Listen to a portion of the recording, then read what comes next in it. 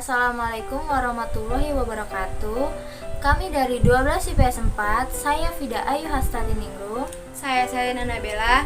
Kami akan membahas pertimbangan sosial di bidang kesehatan.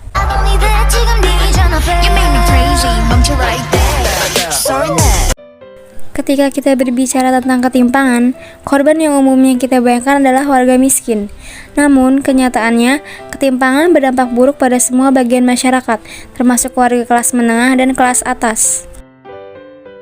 Melebarnya ketimpangan di Indonesia akan meningkatkan resiko kesehatan masyarakat, seperti rentannya warga terhadap penyakit-penyakit yang menyerang fisik dan mental, serta meningkatnya kekerasan yang berdampak pada seluruh masyarakat.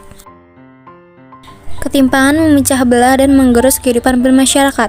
Banyak riset menunjukkan semakin lebar ketimpangan antara yang kaya dan miskin, maka semakin buruk masalah sosial dan kesehatan di masyarakat tersebut.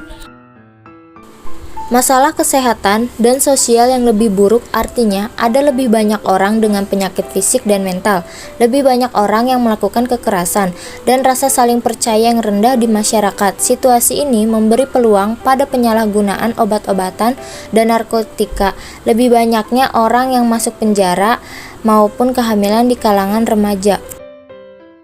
Penelitian-penelitian baru menyarankan bahwa mengurangi ketimpangan antara yang kaya dan miskin bisa membantu mengatasi masalah kesehatan dan sosial tersebut. Mereka menyimpulkan ketimpangan dan ketidakadilan meracuni kesehatan dan kesejahteraan kita.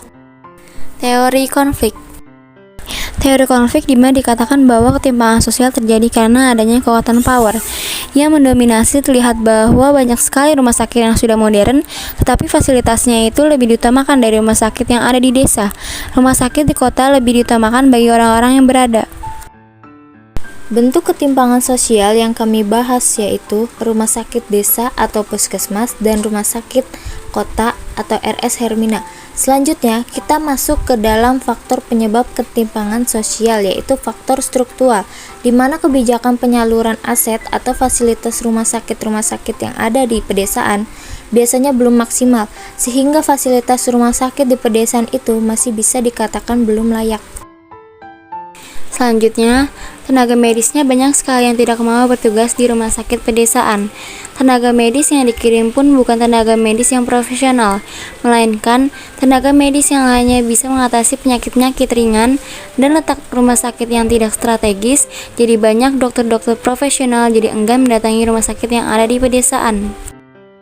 Dampak ketimpangan sosial. 1. Dampak di mana menurunnya kesehatan pada masyarakat di desa.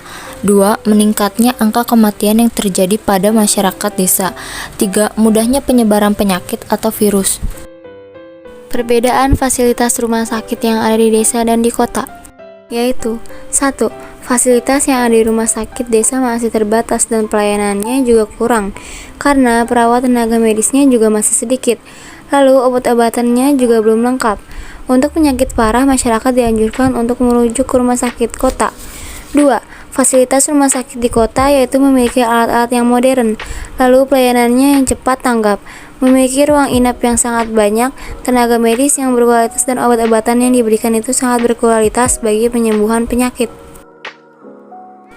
Solusi ketimpangan sosial di bidang kesehatan antara rumah sakit desa dan rumah sakit kota. 1. Pemerintah harus meratakan pembangunan terutama di desa terpencil atau terutama di bidang kesehatan. 2. Harus sering lagi melakukan pengunjungan terhadap rumah sakit yang ada di desa supaya tahu apa saja kekurangan dari rumah sakit tersebut. 3. Tenaga medis yang dikirimkan pun jauh lebih banyak dan jauh lebih berkualitas. 4. Harus lebih sering untuk mengadakan penyeluruhan bagi kesehatan masyarakat yang ada di desa. 5. Pemerintah mengirimkan fasilitas yang modern atau lebih terbaru terhadap rumah sakit yang ada di pedesaan, supaya rumah sakit di pedesaan tidak tertinggal zaman.